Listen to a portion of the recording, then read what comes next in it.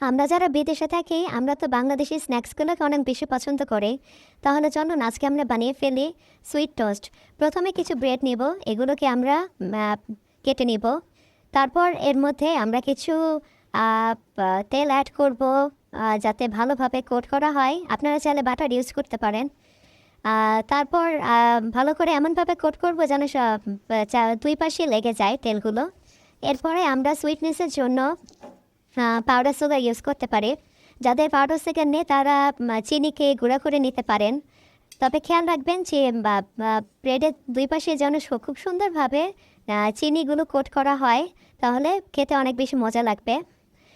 তারপর আমরা এটাকে চুলায় অনেকে বেক করতে পারেন, অনেকে ওভেনে বেক করতে পারেন। যেহেতু আমার বেক ওভেন আছে, সো আমি এটাকে প্রথমে আমার বেক ওভেনটাকে প্রিহিটেড করে নেব, 180 ডিগ্রি সেন্টিগ্রেডে প্রিহিটেড করে নেব। তারপর এটাকে বেকিং ট্রেতে নিয়ে ব্রেডের পিসগুলোকে বেকিং ট্রেতে নিয়ে আমরা এটাকে বেক করব 180 ডিগ্রিতে প্রায় 15 থেকে 20 মিনিট।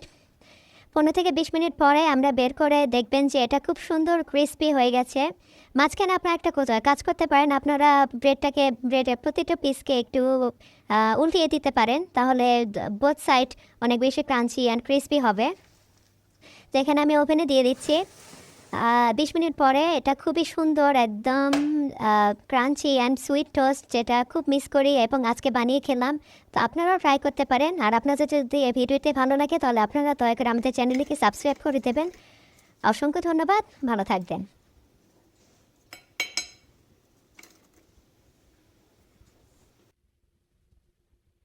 আল্লাহ হাফেজ।